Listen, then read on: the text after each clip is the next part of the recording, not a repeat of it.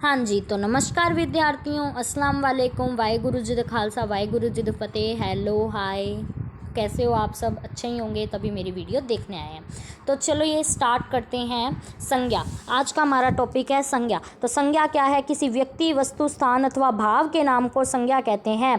व्यक्ति, वस्तु, स्थान, भाव के नाम को, यहीं से आपकी संज्ञा कंप्लीट हो चुकी है, समझ लीजिए। व्यक्ति से व्यक्तिवाचक संज्ञा, वस्तु, स्थान, जातिवाचक, भाव, भाववाचक संज्ञा। अब आप सोच रहे होंगे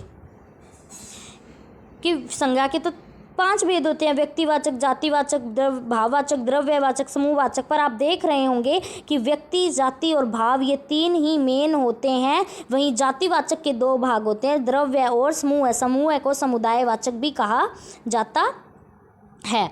अब आप देखिए, पहले अगर भाव की बात करें तो व्यक्तिवाचक संज्ञा है, भेद है, जिस क्या है, शब्द के किसी विशेष व्यक्ति, वस्तु या स्थान का बोध, उसे व्यक्तिवाचक संज्ञा कहते हैं।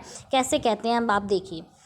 महेंद्र सिंह धोनी नाम आ गया, महेंद्र सिंह धोनी, तो हमें पता है कि हाँ भाई, महेंद्र सिंह धोनी जो नाम है वो अपने आप में एक था, एक है, एक रहेगा। शाहरुख खान अपने आप में जो नाम है वो एक था, एक है, एक रहेगा। राष्ट्रपति भवन का नाम जो एक है, अपने आप में एक था, एक ही रहेगा। रमा जो अपने आप में एक है, एक था, एक ही रहेगा। अब आप सोच रहे होंगे रमा तो बहुत सी लड़कियों का नाम है। मैं यहाँ लड़कियों की बात नहीं कर रही, मैं यहाँ नाम की कर रही हूँ। रमा, रमा, रमा का नाम तो एक ही है। ऐसे तो देखो, खान, खान बहुत है, शाहरुख खान, सलमान खान, ये किस में आएंगे? जातिवाचक में आएंगे। पर अगर नाम विशेष दे दिया कि शाहरुख खान, तो हम सीधा उस शाहरुख खान पे जाएंगे और हमें पता चल जाएगा कि हाँ भाई, शाहरुख खान अपने आप में नाम एक है, एक था, एक ही रहेगा। वो कभी शाहरुख खाननी या सारिकली खाननी ली कुछ भी नहीं बदल सकता। समझ में आया?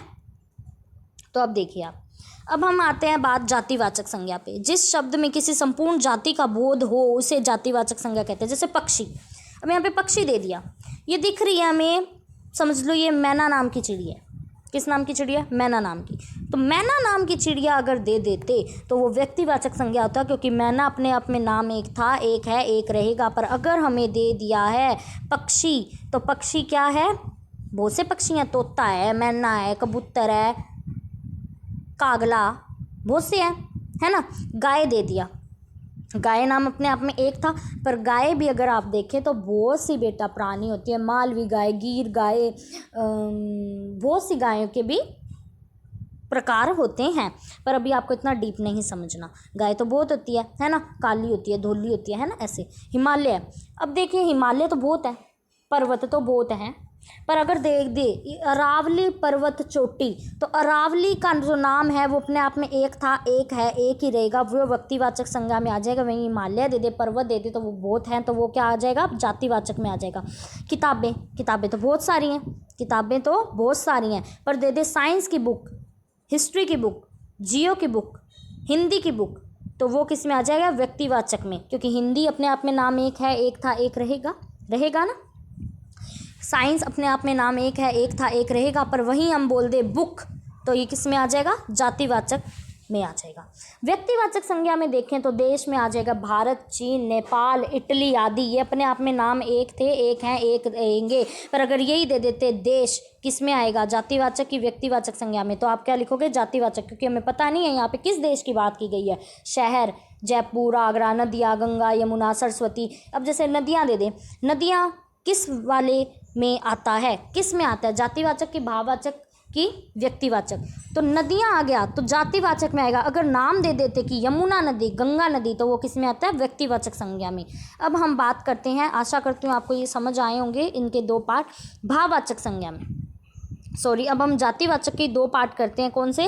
द्रव्य और समूह। समूह को समुदायवाचक भी बोलते हैं। अब देखिए, द्रव्यवाचक संज्ञा, जिन संज्ञा शब्दों के द्रव्य पदार्थ या तो धातुओं के नाम का बोध होता है वे द्रव्यवाचक कहते हैं। किसको? द्रव्यवाचक कहते हैं। जिसमें नाप तोल का, अभी मैं इजीली आपको बताऊं तो नाप तोल, जिसमें नाप तोल, धूप को हम नाप सकते हैं, लकड़ी को हम नाप सकते हैं, घी को हम नाप सकते हैं, तो वो सब क्या इसमें आ जाएगी? द्रव्य में आ जाएगी। वहीं समूहवाचक में सेना दे दे आपको, सेना, आर्मी की सेना, तो वो किस में है? समूहवाचक में और जातिवाचक में है।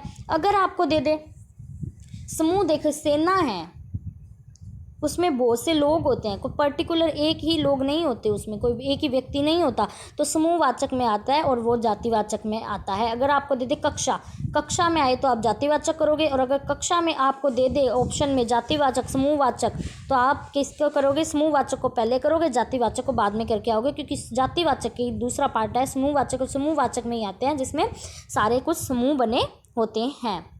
अब आप तो देखिए, अब हम बात कर रहे थे भाववाचक संज्ञा की। तो शब्दों के किसी व्यक्ति, स्थान अथवा वस्तु के गुण, दोष, दशा, अवस्था का आदि का बोध होता है, उसे भाववाचक संज्ञा कहते हैं। कैसे कहते हैं तो देखिएगा, सुगंध को हम ले सकते हैं, महसूस कर सकते हैं। बुढ़ापे को भी हम देख सकते हैं, महसूस कर सकते हैं। सिलाई को भी हम सीख सकते हैं, महसूस कर सकते हैं। ऊंचाई, अब ये भी आपको दे दे कि देखिए रोना,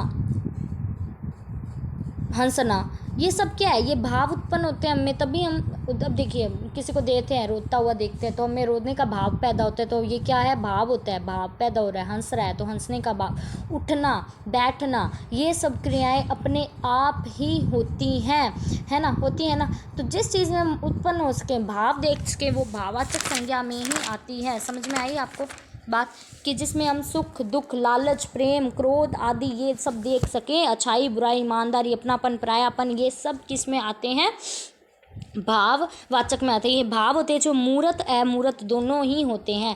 अमूर्त कैसे हो सकता है, जैसे कि हम जिसको देख नहीं सकते, मूर्त भी हो सकता है, जैसे कि हाँ ऊंचाई है, वो भाव आ रहा है कि हाँ ये भाई ऊंचा है, ऊंचा है, हाँ मतलब ऊंचा है, दिख रहा है, भाव आया तभी बोला है हमने कि हाँ ऊंचा है ना। अब वो मूर्त हो गया। अमूर्त कैसे हो गया, अच्छाई बुराई, हम वैसे तो हम देखो कहते ही हैं कि हम अच्छाई को भी देख सकते हैं, बुराई को भी देख सकते हैं, पर ऐसा कुछ नहीं होता, वो हमें उत्पन्न होता है तभी हम ये सब देख सकते हैं। तो धन्यवाद, ये आपका संज्ञा टॉपिक था, व्यक्तिवाचक, दातिवाचक, भाववाचक। आशा करती हूँ ये आपको बहुत अच्छे से क्लियर कट समझ आया होगा।